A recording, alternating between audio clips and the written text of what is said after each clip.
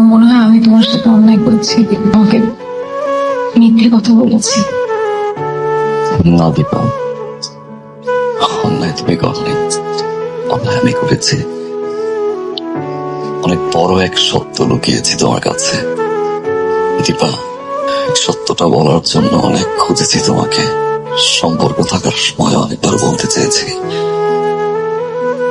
পারিনি। আজ বলবো, সত্যটা বলবো তোমার সামনে। দীপা, আমি সৌরভ শাহ, সৌরভ আহমেদ না। আমি যখন প্রথম তোমাকে দেখি আমি ভেবেছিলাম তুই মুসলিম, তাই নিজের সত্যটা লুকিয়েছিলাম। But দীপা, you're right, জন্ম মৃত্যু বিয়ে স্রষ্টার হাতে। আর স্রষ্টা মিথ্যা পছন্দ করেন না। যে সম্পর্কের শুরুটা মিথ্যা দিয়ে হয়, সেই সম্পর্ক কখনোই টিকে না।